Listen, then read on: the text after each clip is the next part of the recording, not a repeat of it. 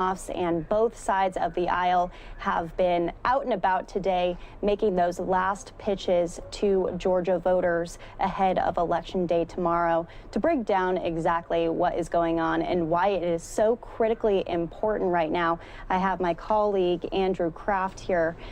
Andrew, let's just talk about the importance of this election and what President Trump is trying to achieve tonight with this rally. Well, hey, Daytona, yeah, we haven't seen the president come to Georgia since December 5th. That was that really big rally in Valdosta. So now he'll be in Dalton, Georgia. The entire press corps is there. He's going to be with Senator Kelly Loeffler. David Perdue at the moment is in quarantine. He was exposed to COVID-19. But you saw there the president's son, Kimberly Guilfoyle, the president's son's girlfriend, and his daughter Ivanka, all in tow tonight. For what really could be one of the president's last political rallies. That remains to be seen if he does eventually run again in 2024. But this could be the last Trump rally we see for the extended future. But he will be trying to get the word out and really stumping for Loeffler and Perdue. Remember, right now, Republicans have the majority in the Senate. They would still have the majority if Perdue and Loeffler win tomorrow. Remember, Daytona, early vote totals are huge. 3+ million Georgians have already voted early. It remains to be seen how turnout will be tomorrow on the day of the runoff races. So yeah, that's just something I'll be looking out for. I know, a lot of these Republican senators have tied their political fortunes to the president, and you kind of have all of this happening amidst the backdrop as well of January 6th, which is that joint session of Congress where Congress needs to count and certify the electors from the states in the 2020 election. So politics is still going on even in this first week of 2021, and it doesn't really seem like the 2020 election is over. Andrew, I obviously saw President Trump get off the stage or get off of Air Force One. We thought he was going to be taking the stage. It looks like we might have a little bit more time than anticipated. So you're just talking about Georgia Senate runoffs and the election challenge that is coming up. We have a couple great stories that we want to show you ahead of the president taking the stage. So we'll listen in right here. In Georgia, with Election Day just hours away, the Senate candidates were out on the campaign trail trying to keep up momentum and election-weary voters engaged. The results of the two races between Republicans Kelly Loeffler and David Perdue and their Democratic challengers Raphael Warnock and Jon Ossoff will decide which party controls the Senate and in turn could either help or hurt President-elect Joe Biden's agenda.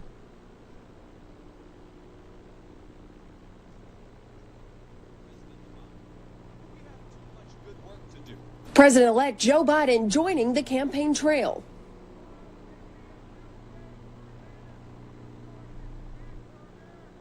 Republicans have framed what happens on Tuesday as the only way to stop Democrats, who will soon control the House and the White House.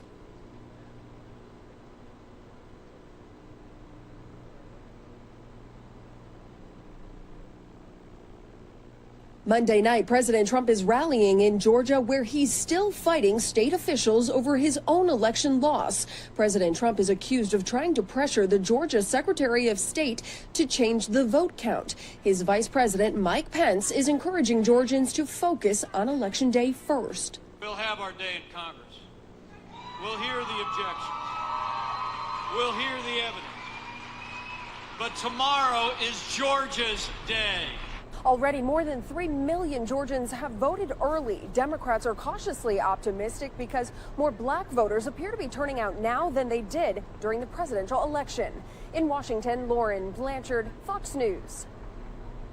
So the very latest on the Georgia Senate runoffs, which is why we're holding all of these rallies right now. President Trump going to be taking the stage in just about 20 minutes or so.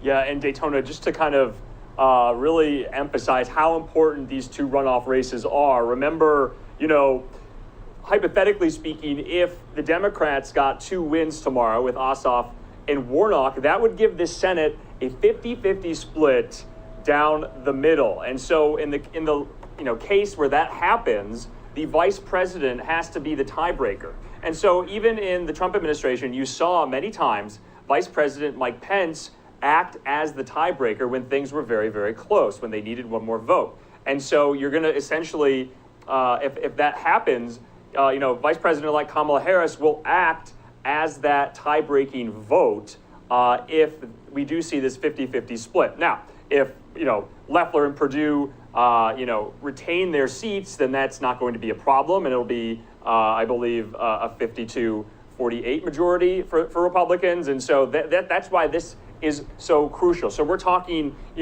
Biden appointments. A lot of them need to be Senate confirmed. We're talking another round of possible stimulus checks for Americans in a new Biden administration. So we're talking about a lot of legislation. The Biden transition has put out there. They have an ambitious agenda. And so what it really all comes down to is how likely will a lot of these ideas, pass and muster in either a Republican-controlled Senate or a Democratic-controlled Senate. And Andrew, we're taking a live look right now of Dalton, Georgia, where, of course, we've been teasing. This is what everyone is kind of waiting for tonight. We'll, of course, take that shot live when President Trump steps up there. But you mentioned the 6th. Why is that date so important? What are we going to be watching here on NewsNOW, but then also going into the rest of the month as well?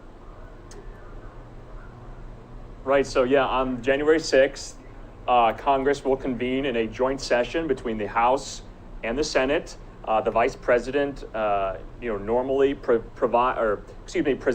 over that session as the President of the Senate. That's his title.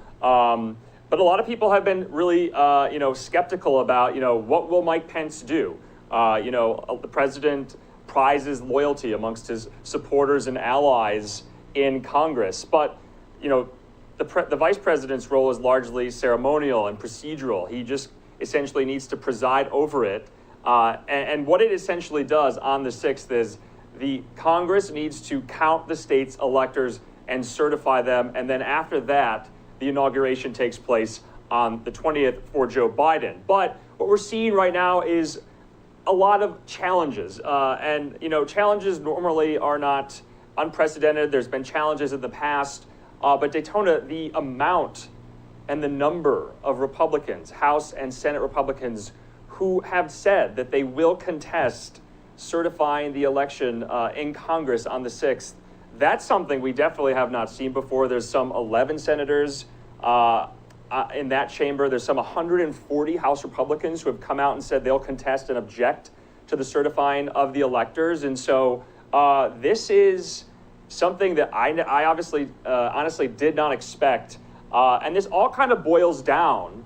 And you're going to hear probably President Trump say a lot of these things tonight at this rally, where he thinks that, he won the election. He thinks there were hundreds of thousands of votes that were robbed from him. A lot of these conspiracy theories and baseless allegations you're going to hear tonight, just like you heard on that leaked phone call that the Secretary of State in Georgia, Brad Raffensperger, and his attorney leaked to the Washington Post.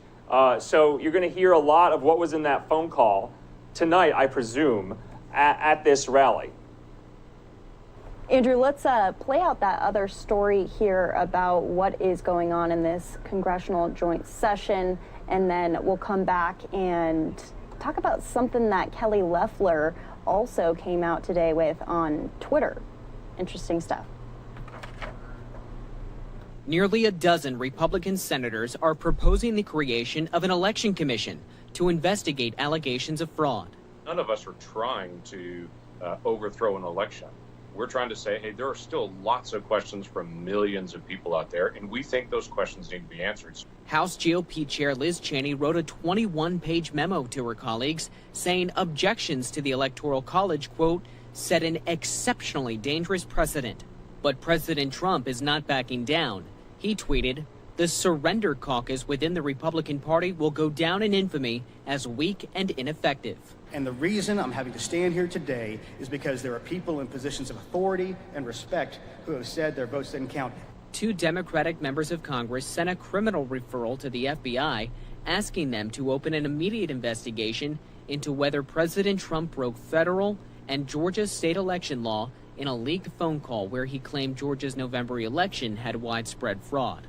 I just want to find 11,780 votes, which is one more than we have, because we won the state. The request to FBI Director Chris Wray says the evidence of election fraud by Mr. Trump is now in broad daylight.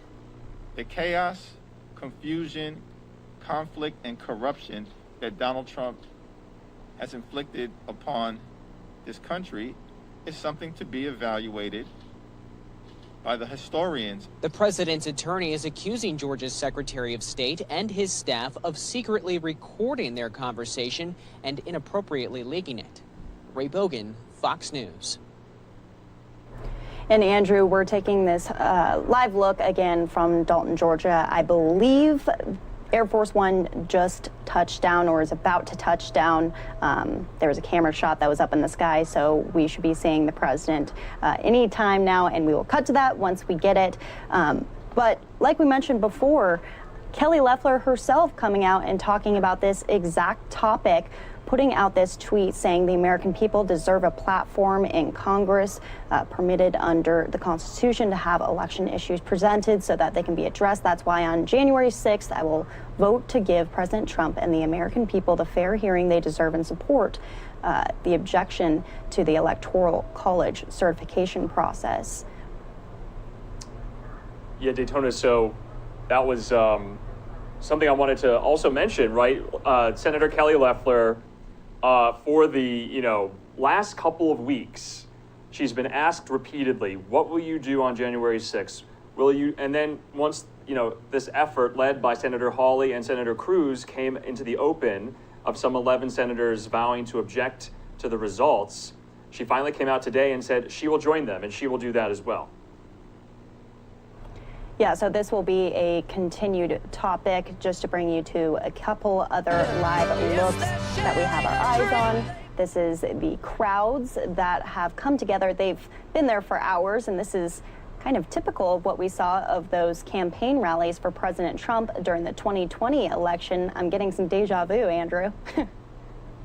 Yeah, exactly. We haven't seen something like this in about a month's time, but you're right. We would carry these multiple events live a day. The president had some 4 or 5 rallies a day, remember, when 2020 was kind of really getting down to the wire. But it will be interesting to see what happens tomorrow. So much of the emphasis has been on Georgia, especially in the general election, and now with this runoff. And remember, Senator Kelly Loeffler still remains. She's a current senator. She was essentially filling in a vacancy left by retiring Senator Johnny Isakson, who left the Senate. He left his term early in 2020 because of ill health. But remember, David Perdue was not, sworn in as a senator on Sunday, yesterday. So that race, the Perdue Ossoff race, that's the one I'll be looking at because, remember, back in the general, it was so close. It reached that threshold to initiate a runoff, and here we are.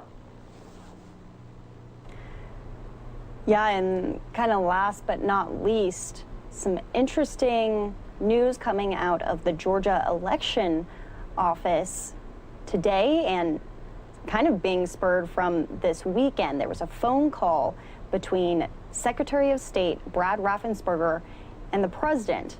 Well, the president didn't know that it was being recorded, and it was finally released to the public after the president started tweeting about that phone call. We have some responses from the Secretary of State himself that we want to play out here, and if the president takes the stage, we'll of course cut into our feed and bring that to you live. But this is another interesting angle with this Peach State showdown that we've been watching.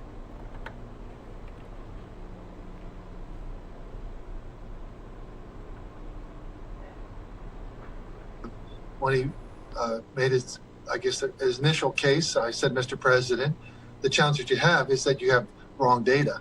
He just has bad data, and that's what we tried to help him understanding.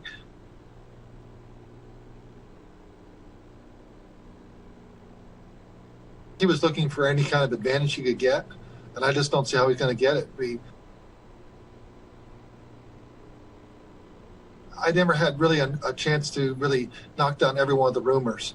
I believe, but it happened so quickly, relatively quickly. Sometimes people just say things that they probably shouldn't say in the heat of the moment.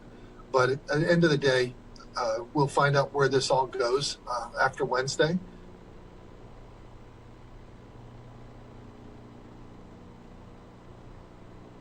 Our office, did record the call along with the White House, I believe. And so one of them released the message.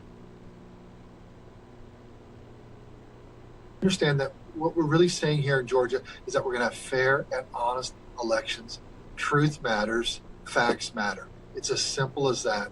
I need to follow the Constitution. We will follow the Constitution.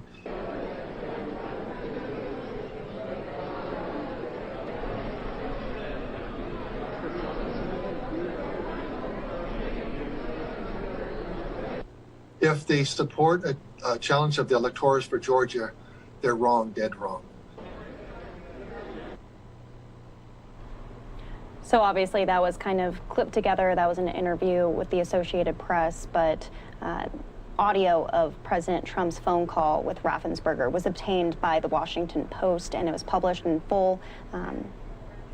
This is an interesting phone call because it's between the president and the Secretary of State, and the president is basically saying, hey, you need to find enough votes to reverse the state's election results. Now, President Trump's attorney is saying he's not happy that it was secretly recorded and released. He said that it was a confidential settlement discussion about the Georgia election results, and it was a bombshell story that came out, right, Andrew? That's right, and that was not the case. You were hearing from the president and administration officials that this was, this call was taking place to discuss confidential settlement, pending litigation and the like, and that really was not the case. And obviously Georgia is a one-party state, so someone can, surreptitiously record the other person on a call. And so right now you're having like a lot of legal scholars at the moment are questioning whether the president himself, exposed himself to, state charges in Georgia about, soliciting, bribes to like find the votes. That's what we're hearing the president say. He wanted to find, 11,780 votes, which he said was one more vote than the margin that he lost by.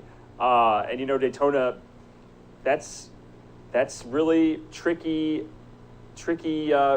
business by the president. We normally don't hear just these unvarnished recordings of the president basically seeking to, find votes out of nowhere so he can win Georgia. Obviously, the president is still unhappy that he lost the state, but this was a truly stunning phone call, especially breaking on a Sunday of all days before this election, kind of threw the political and media world into a tizzy.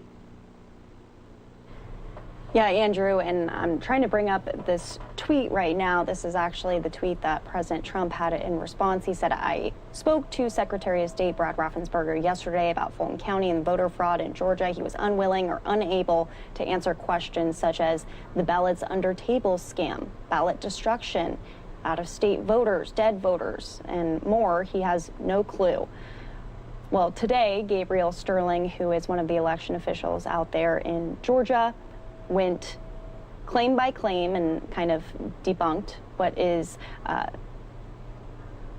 what President Trump and his legal team say is massive fraud in the election. And then again, Secretary of State Brad Raffensperger actually responding to this tweet saying, respectfully, President Trump, what you're saying is not true.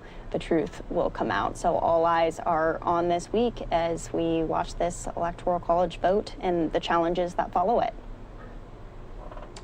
Yeah, in Daytona, this was kind of the main primary reason Raffensperger felt compelled to release the call. This, at first the Washington Post just kind of released snippets of the audio recording and then released the call in full. I believe it's about 40 minutes.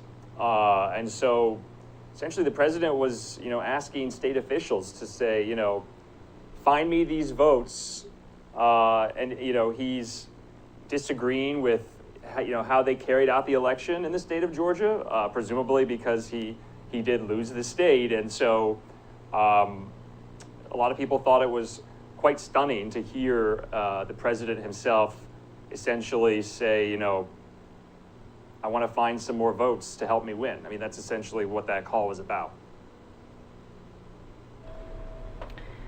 Right, so tomorrow we will have full coverage of the Senate runoffs as we have had for months.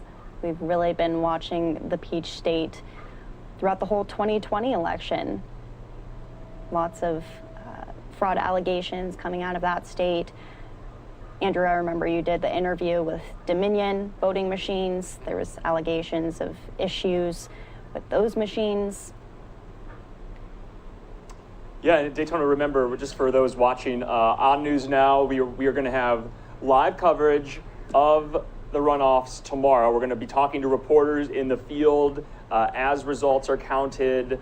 And so it'll be kind of like a election night 2.0, but just, those two races. And then we'll have live coverage on Wednesday of the January 6th certification process and that joint session of Congress. You're not going to want to miss it. So many huge stories happening already in this first week of 2021, and it's shaping up to be quite a busy week already. Daytona. So here we are in Dalton, Georgia. We're going to obviously keep it on this shot as we await the president. We were showing you earlier, though, Vice President Mike Pence. He was out campaigning. We saw Kellyanne Conway, who was alongside Kelly Loeffler earlier this morning. Kelly Loeffler will obviously be at this rally. Ivanka Trump was also on Air Force One. So we'll be hearing from all of them. Looks like we're about 8 minutes out. Typically, President Trump is pretty prompt when it comes to his rallies because those crowds stay out there for hours and hours. So, Andrew, any last thoughts that you have? Yes, so maybe, I don't know if that might be Air Force One there. I don't know. My final thoughts, I am going to be expecting the president, remember back at that rally in Valdosta, Georgia, on December 5th, he started the rally and he essentially said, I won the state of Georgia, I won the election. Obviously, those are two false claims. So it'll be interesting to see if he repeats those claims today at this rally. But you've been hearing Republicans for the last 2 weeks. You've even heard it from Brian Kemp. You've heard it from Mike Pence today, that this effort needs to be about those 2 Senate seats from the state of Georgia.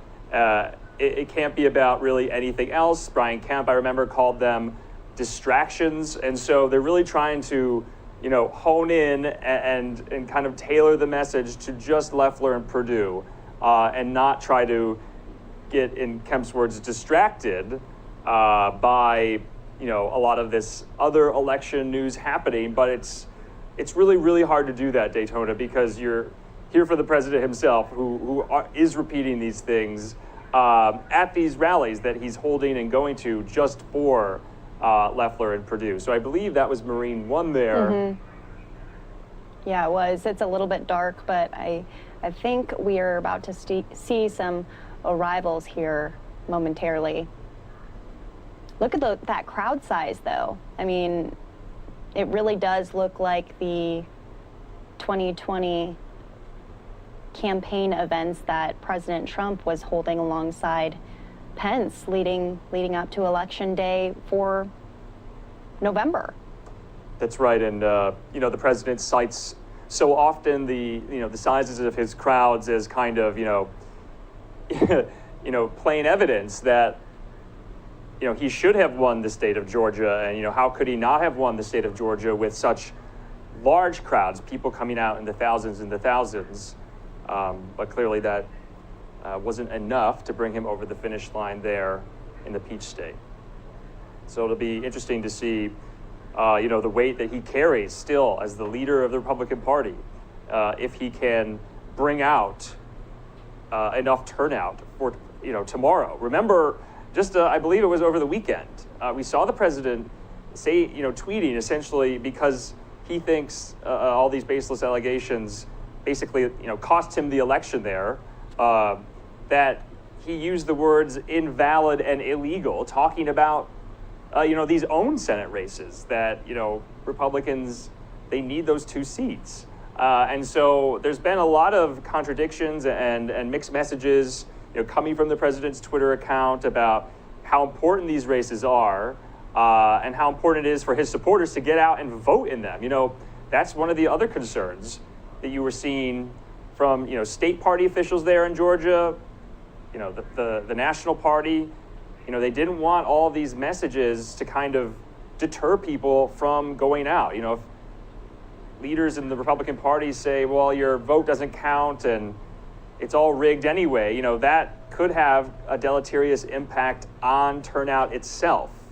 And it looks like there's a video message from Senator David Perdue. Yeah, let's listen in here and see if we can get any audio on this. State. Tomorrow is the last chance we will have to save all that President Trump has accomplished and to hold the line against this radical socialist agenda of the Democrats. As the original outsider, I was one of only 2 U.S. senators to endorse then candidate Donald Trump in early 2016.